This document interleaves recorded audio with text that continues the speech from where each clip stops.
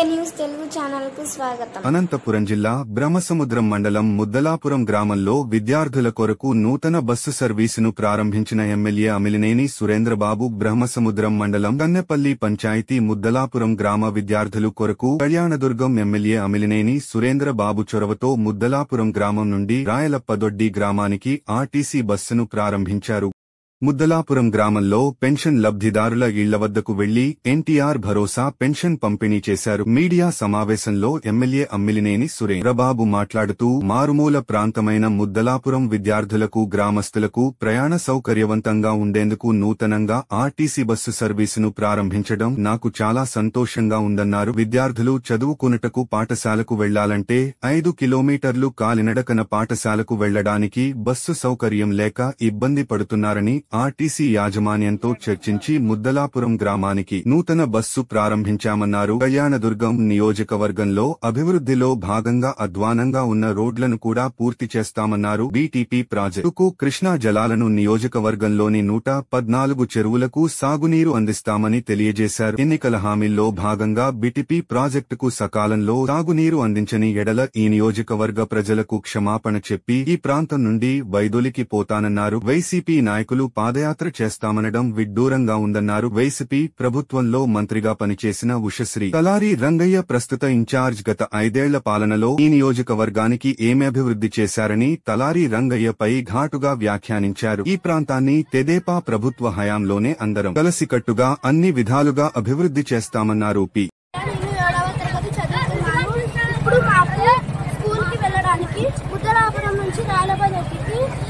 Bus సౌకర్యం లేనందున మేము ఎమ్మెల్యే గారిని అడిగాము. అందుకే ఎమ్మెల్యే గారు మాకు బస్సు సౌకర్యం అందించారు. ఈ రోజు నుంచి మేము చక్కగా ఎమ్మెల్యే ఇచ్చిన బస్సు ద్వారా మేము స్కూల్కి చక్కగా వెళ్తున్నాము. అందుకే ఎమ్మెల్యే గారికి ధన్యవాదాలు. తెలుగుదేశం ప్రభుత్వం వచ్చిన తర్వాత నారా చంద్రబాబు నాయుడు గారు ముఖ్యమంత్రి అయిన తర్వాత ఈ రాష్ట్రంలో అన్ని విధాలుగా అభివృద్ధి చెందాలని భాగంగా గౌరవ శాసనసభ్యులు కళ్యాణదుర్గం శాసనసభ్యులు గారు ఈ 75 సంవత్సరాల్లో ఈ గ్రామానికి బస్సు లేదన్న విషయాన్ని తెలిసిన వెంటనే మాకు గాని మా సంస్థకు గాని ఫోన్ చేసి మీరు ఆ ఊరికి బస్సు వేయండి అని చెప్పడం జరిగింది. అందులో భాగంగా మారుమూల ప్రాంతమైన ఈ ప్రాంతంలో ఎక్కువగా దళితులుండే ప్రాంతంలో ఈ రోజు ఈ బస్సు ప్రారంభించబడింది.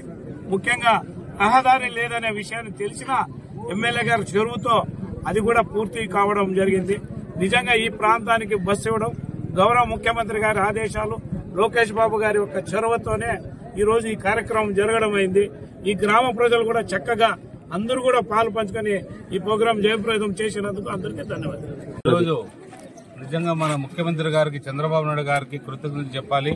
అలాగే ఈ విషయం మా దృష్టికి తీసుకొచ్చిన మీ అందరికి కూడా కృతజ్ఞత తెలియజేస్తున్నా. ఎందుకంటే ముఖ్యంగా పేపర్లో రావడంతో పాటు పిల్లలందరూ కూడా ఇబ్బంది పడుతున్నారని కలెక్టర్ గారి దృష్టికి తీసుకెళ్లడం, అలాగే ముఖ్యమంత్రి ఎప్పుడైతే స్పందించారో మా నారా లోకేష్ గారు వెంటనే కలెక్టర్ గారితో మాట్లాడి మన ఏదైతే రీజనల్ చైర్మన్ గా ఉన్న నాగరాజు గారికి చొరవ చూపి వెంటనే ఈ ప్రాంతం ముద్దలాపురం నుంచి కళ్యాణదుర్గం వరకు బస్సు వేయడం జరిగింది.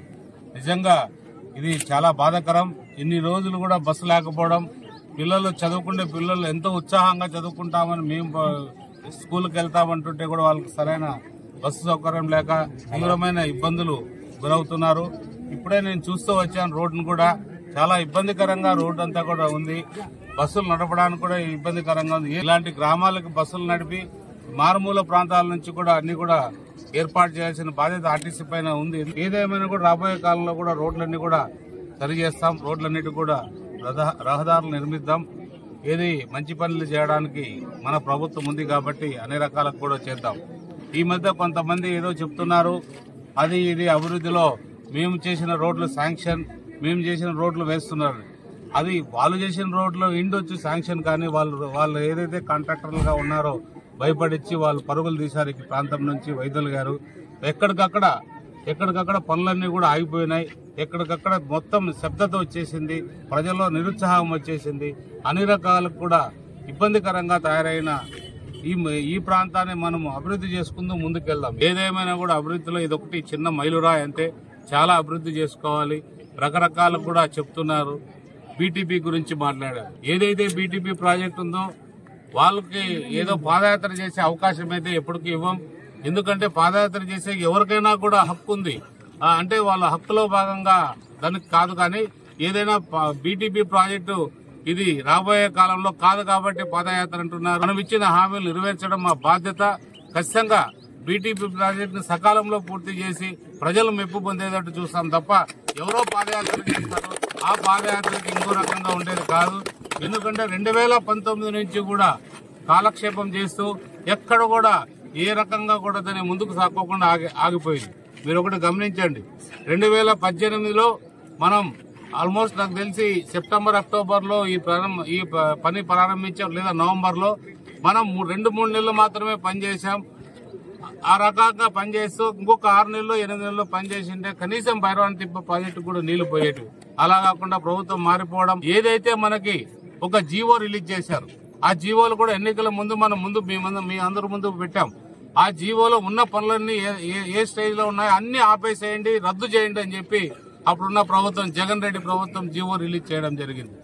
ఏదేమైనా ఆ జీవో ఆధారంగా అన్ని పనులు కూడా రాష్ట్రంలో బీటీపీతో పాటు అన్ని పనులు కూడా ఆగిపోవడం జరిగింది. మన గవర్నమెంట్ వచ్చిన తర్వాత ఆ జీవోని రద్దు చేసి మళ్ళీ మన వర్క్ ని పునరుద్ధరణ చేసుకున్నాం. ఇది అంతా కూడా ఒక ప్రాసెస్, పెద్ద ప్రాసెస్ గా జరుగుతుంది. మొన్న ఎన్నికల ముందు ఏదైతే వాళ్ళు ఒక 5 సంవత్సరాల నుంచి హామీ చెప్తున్నారో ఎన్నికల ముందు వచ్చి ఒక 20 కోట్లు రైతులకి కొంత డబ్బు ఇచ్చారు. ఇంకా కూడా మన గవర్నమెంట్ లో కూడా రైతులకి డబ్బు 40 కోట్ల దాకా ఇచ్చాం. ఇంకా 125 కోట్లు రైతులకు ఇవ్వాల్సిన డబ్బు ఉంది. ఈ గవర్నమెంట్ లో మొన్ననే మన ముఖ్యమంత్రి గారిని అడగడం జరిగింది. మాకు రైతులకు ఇవ్వాల్సిన డబ్బులు సకాలంలో చెల్లించాలని చెప్పడం జరిగింది. ఖచ్చితంగా చెల్లిస్తాను. మొన్ననే చెప్పాం, నిన్న లేక మొన్న కూడా కలిసి చెప్పు రావడం జరిగింది. ఏదేమైనా ఇంకో విషయం మాట్లాడుతున్నారు, కాంట్రాక్టర్ నేనే అని చెప్పి. ఆ రోజుకు నేనే కాంట్రాక్టర్, ఈ రోజుకు మాత్రం మీ ప్రజాప్రతినిధిగా ఒక ఎమ్మెల్యేగా మీ ముందు ఉన్నాను.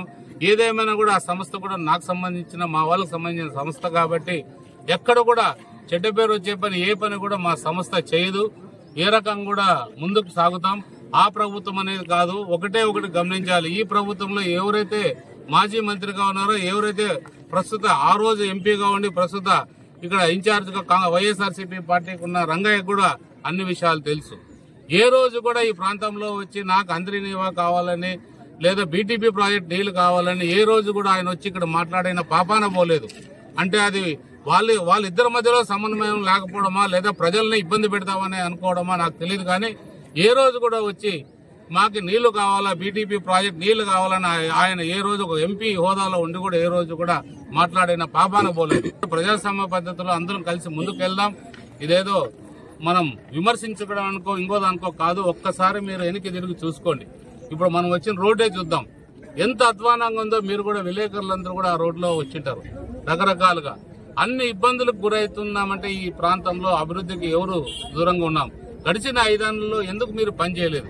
ప్రతి ఒక్క పని ఆ పని ఈ పనిగా తాగడానికి నీళ్లతో నుంచి స్కూల్ పిల్లలు బస్సుకు ఏదో స్కూల్కి వెళ్లాలంటే బస్సులు కూడా ఎక్కడ కూడా సౌకర్యంగా లేదు. ఏదేమైనా కూడా ఇది ఖచ్చితంగా మా బాధ్యత. ఈ బీటీపీ ప్రాజెక్ట్ ఎన్నికల్లో హామీ ఇచ్చాం, 2.5 సంవత్సరంలో పూర్తి చేస్తామని. అనుకున్న టైంలోనే పూర్తి చేస్తాం. ఎక్కడ కూడా ఇబ్బంది లేకోకుండా, ప్రజలకు ఇబ్బంది లేకుండా 114 చెరువులకు నీళ్లు ఇచ్చి ఏర్పాటు చేస్తాం. ఖచ్చితంగా ఇది మా బాధ్యతగా మేము భావిస్తున్నాం.